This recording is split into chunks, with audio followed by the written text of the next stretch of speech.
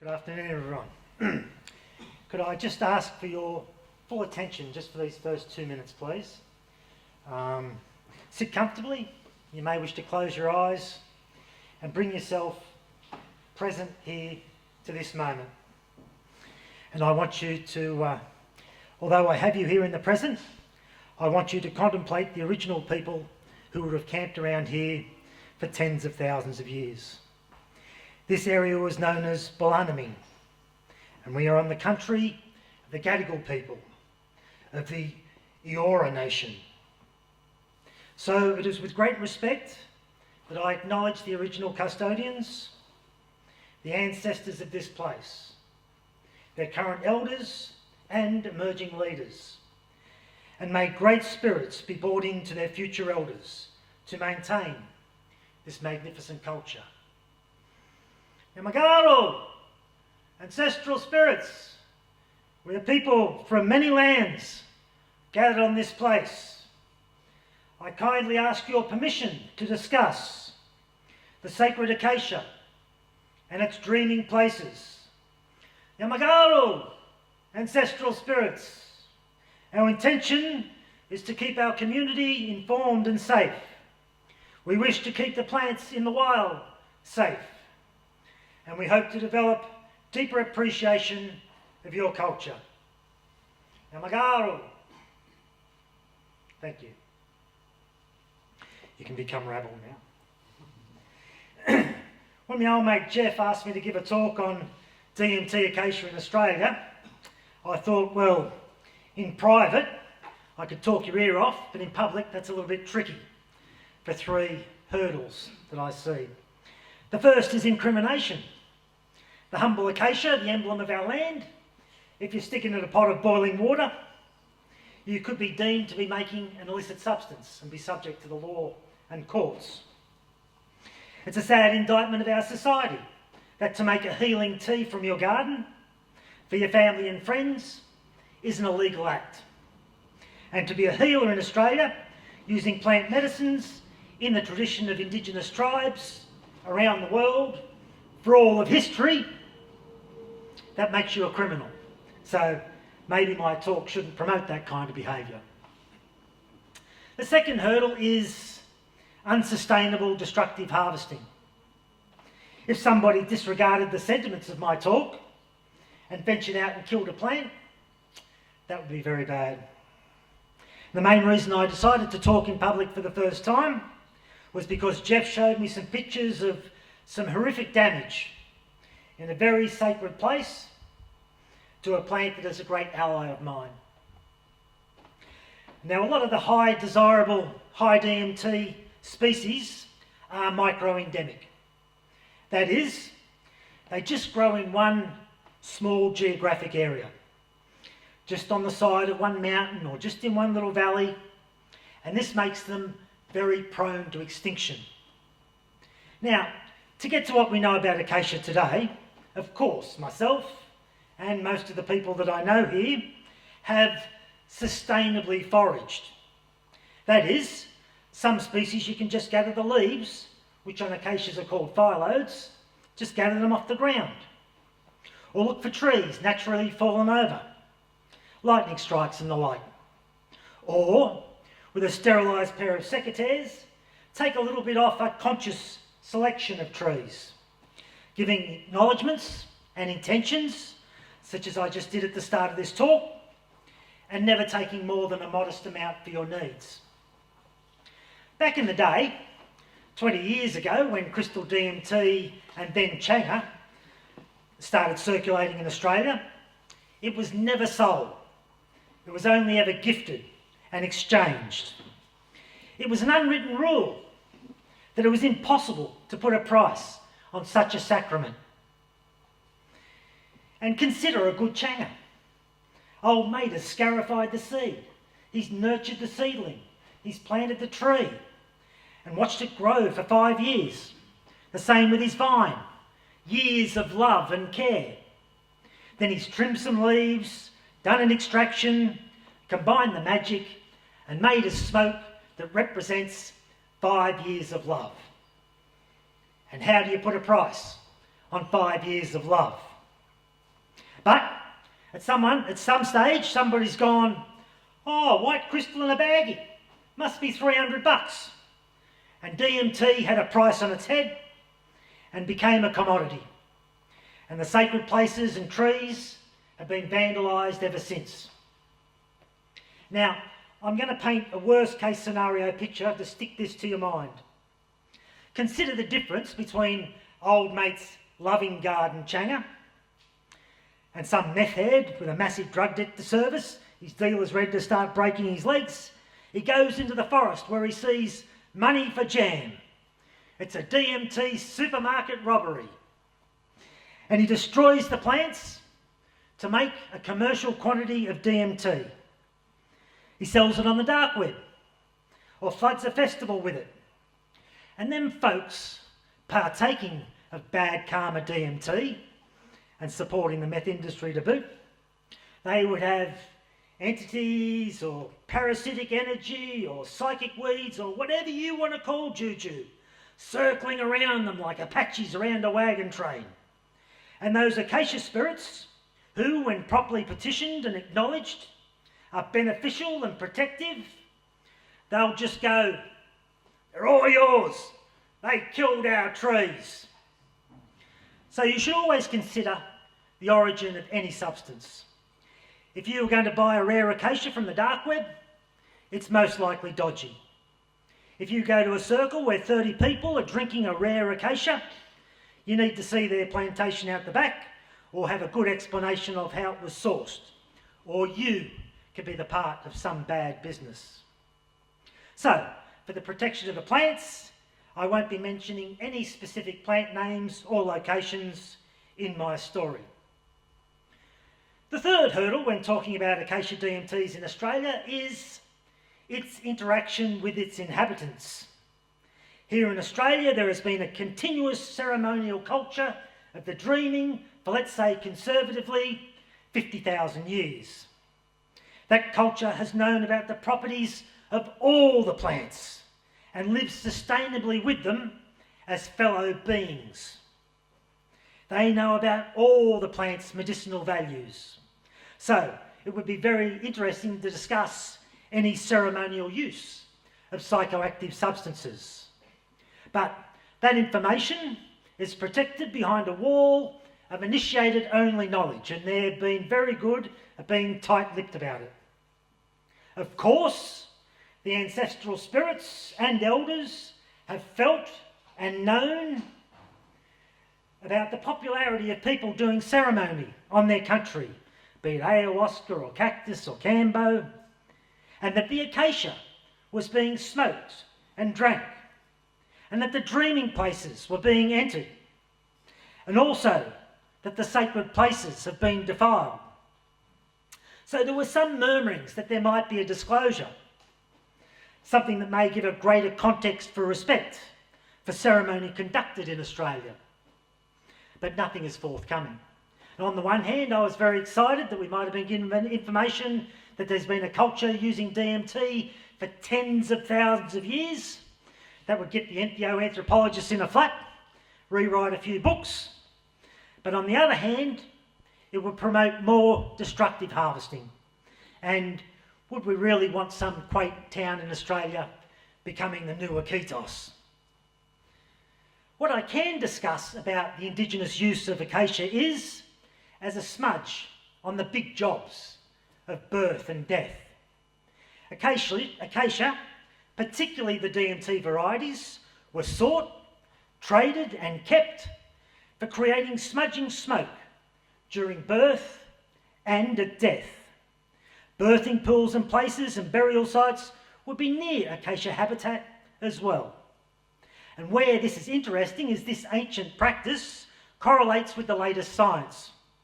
Dr. Rick Strassman, in his studies, published as the book The Spirit Molecule, says how DMT is secreted endogenously, internally within our system, at birth and death. This is why he called it the spirit molecule, as it seems to be present as the means for consciousness to enter and leave the physical manifestation. And these are the realms we get to have a peek at when we imbibe DMT. So let me speculate poetically. When a male child is born, there in the smoke, in the ether, connecting with his endogenous DMT, are the Acacia spirits. Spirits he may encounter again when he is initiated. And then when he dies, those spirits guide him back into the transition state. A newborn girl will be surrounded by the Acacia spirits that will one day assist her bring new life from one dreaming into another, and then at death, guide her spirit away. The point here is, this indicates the reverence given to Acacia for the big jobs of birth and death. These are powerful spirits and energies you need to be in harmony with if you partake of Acacia DMT. And the main point is that we can state with authority that DMT acacias are part of the Indigenous culture, and that they and their habitat are all sacred and require due respect and acknowledgement. So what do I talk about then? Well, my age qualifies me as an elder, so I can just tell stories, whether they be tall tales or true. Back in the day, 20 years ago, when I first started brewing ayahuasca, I had a great international supplier, and my focus was on making the authentic recipe of Banisteriopsis carpi and Psychotria viridis, and I conditioned my mind to think that the original Psychotria was better than any of the other DMT substitutes. But quarantine and customs spoilt my little party, so I could still source the vine, but I had to use acacia as a substitute. And in my self-conditioned mind, substitutes were like off the reserve bench, replacing a star player, an understudy. In Australia, we've always had really great forum networks. Shaman Australis is a beauty. And we were able to source and trade all the plants. And we met like-minded souls who were doing the same thing, learning how to brew with a little bit of trial and error. So you'd get a phone call from old mate to come around for a brew, and we would unceremoniously scull it and lay out the back under the stars. No music, no crystal or feathers, just us, the medicine and the sky, learning how to brew and dose. Now, I'm not saying there's anything wrong with feathers and crystals and icaros or anything else you want to bring. The most important rule with psychedelic use is safety. Safe psychically, physically, sexually, environmentally, whatever tools you need to feel safe and grounded and reduce anxiety are all welcome. People should create the safest space possible.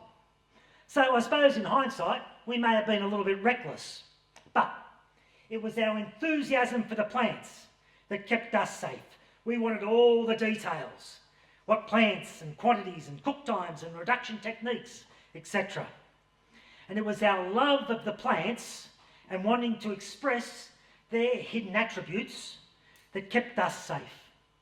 The plants knew that we had them in our gardens, that we propagated them, that we would one day be their ambassadors, and we would become each other's allies.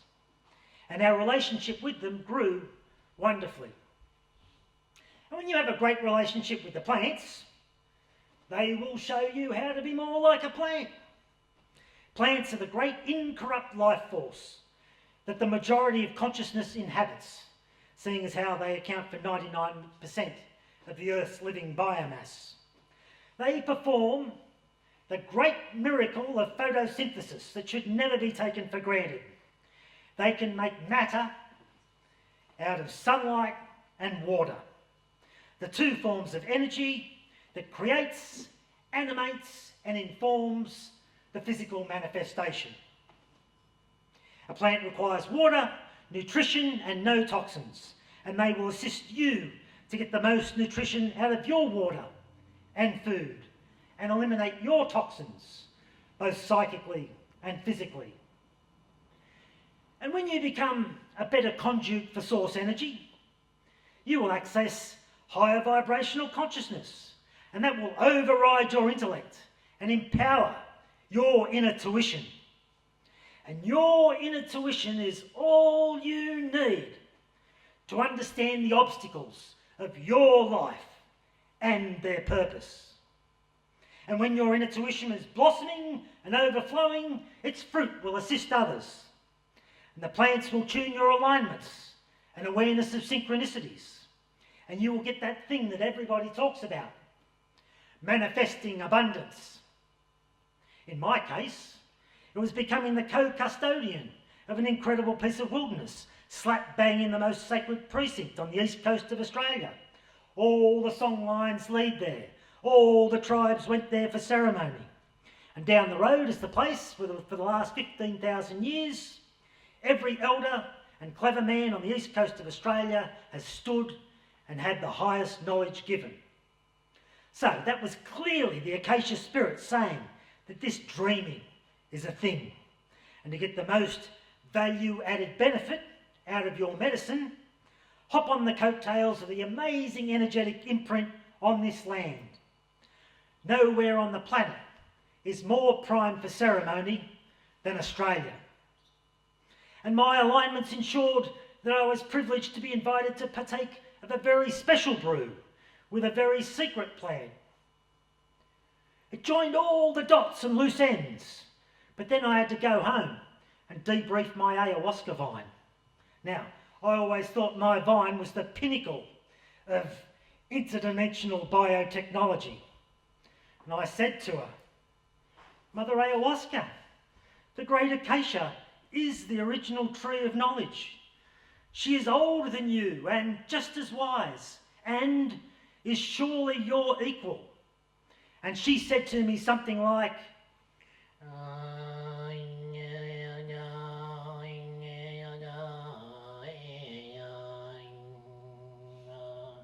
or something to that effect, which translated means, oh, you sweet fool, I've come out of the Amazon to come to Australia, the land of the great dreaming, to be with the great acacia.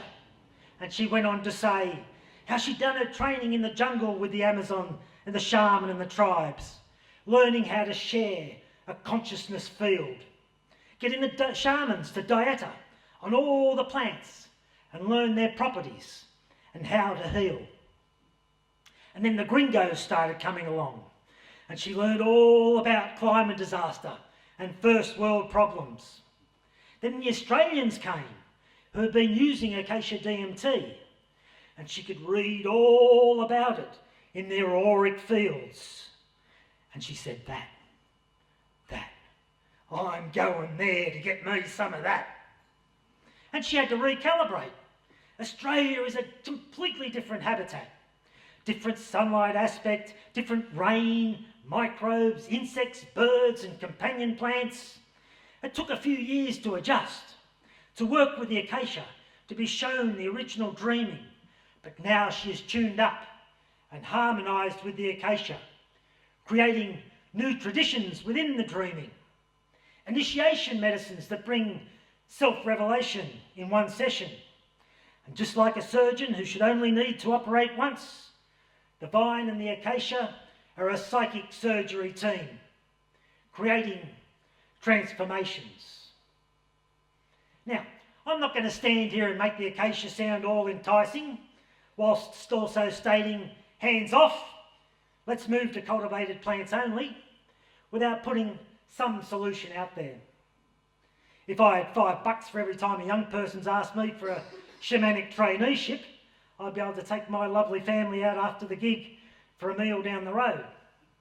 But I say to them, I'm not a shaman. I've never been to the Amazon. I've never even met a shaman. I'm just a gardener. Everything I do and know comes direct from the plants. I'm showing off the attributes of my garden, as you would flowers or fruit. Good medicine is made from scratch, with the source energies of water and sunlight and love. Teacher plants regulate themselves and their use. They take a few years of patience to grow, and when they are ready, so too you will be ready to connect with them. So, young aspirant, you're going to need a garden.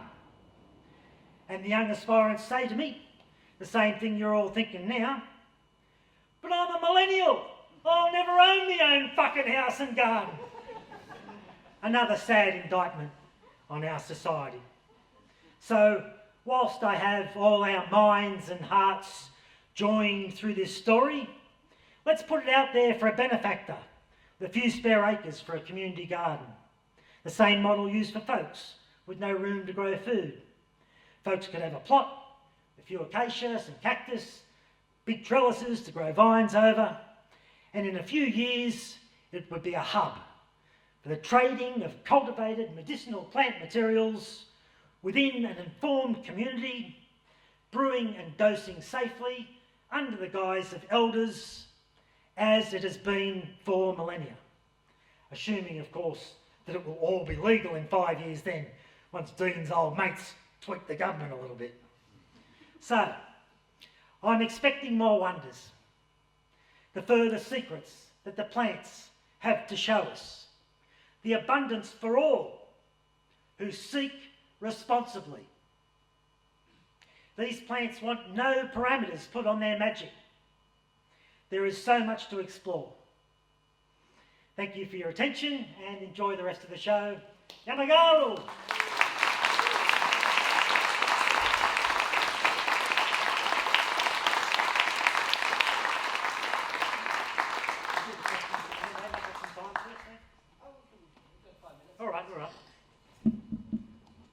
Thanks, Cole. That was amazing. Thank you. That was really grounding to have that to start off the day, I think, and to put us into the context in which we currently are. So who would like to come down and ask questions? We've got about 5 minutes for questions. I'm going to put the mic down here.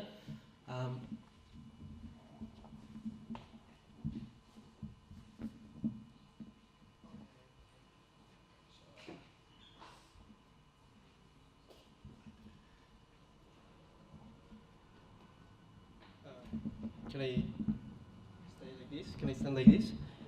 Thanks everybody for coming. This is such an important space for everybody and for people to learn and stuff. It's more like it's not a question. It's more like a contribution. I come from Colombia, and this is the moment like to try to understand and protect these things, because if they finish in the wrong hands, they can do a lot of harm to a lot of people. I have had friends in Colombia who they've been trying to look for these sacred and beautiful things, and the people who give them these things, they are not aware, or they are not full of wisdom enough to give them, so they end up dead.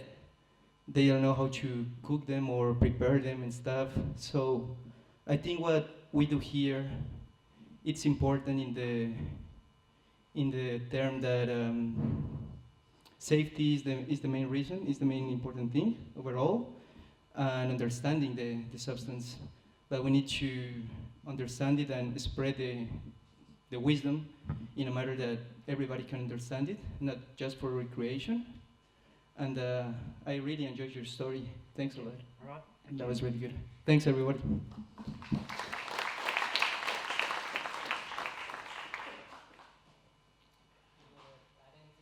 No, that's... See you at the end. So it's really awesome to hear the engagement that you had with the DIY Australian community. It seems like y'all have a really rich history of that. Yeah, it's a wonderful network, and you know, these things ensure that you meet the right people at the right times. There's other things going on, as you know. For sure. So I guess the question is, what are your thoughts about, you know, as groups like PRISM and Mind Medicine Australia and these other more institutional focused actors appear on the terrain, what do you see as the potential for collaboration and sort of cooperation in the spaces, or, you know, what sort of dynamics do you see unfolding? We certainly need to help each other. We don't want to be like motorcycle gangs, all the same ink, but all fighting each other and infighting and that. We need to do the best we can. You know, I'm all about gardens and the plants, but obviously I take input from everywhere, and I've had experience with with chemicals and all the different chemicals and that. They all have their place in the scheme of things, as long as they're used responsibly, that's for sure. Yeah, I haven't really looked into PRISM and that much, but I'm sure they're all doing good things, and if we're all doing good things together, we'll all come into alignment. Thanks. Yeah. Is there any other questions? One more? I'd just like to thank Cole. It's an inspirational speech. I lived 25 years. I lived 25 years in the land of acacia. There was acacia, thousands and hundreds of thousands of plants all around me. Birds would fly past and drop seeds on my block of land. But I actually saw some seeds off of my Australian plant sales, and I planted some seeds of acacia. And in less than 5 years, the acacia plant was bigger than that whole stage. It was just massive, round like this. Yeah. There's no need to source material from bush. I'd like to stress anyone here that's going to use these substances. I went to a very rare place. I went down to Rainbow Festival and had a great time. But on the way, I dropped into a place where there's a very, very rare acacia growing. On the track, you can say hello to the acacia. It's a beautiful plant, but I've seen definite signs of people getting off track. There was erosion, and many times people are getting off track, and there's erosion, there's sandstone broken, there's rocks falling down, there's people damaging these very, very sensitive places. Yeah. That these plants only grow in such a small micro community. Yeah, we possibly should have had the slide behind me that inspired me to get up here and talk. It was senseless destruction, senseless it was. These plants are a bygone era of 300 million years ago. They used to go over the whole country hundreds of millions of years ago, and they're only left in little microclimates now. Of course, that's what it is, a microclimate. So if you're sourcing this material, please ensure what Cole said, that it comes from a homegrown, regularly sourced seed that someone's grown themselves. Yeah. Yeah. So the funkiest acacias will grow in every garden on the east coast of Australia. Yeah. eBay yeah. source. Yeah. Yeah. So thank you very much, Cole. All right, you're welcome. Thanks, folks.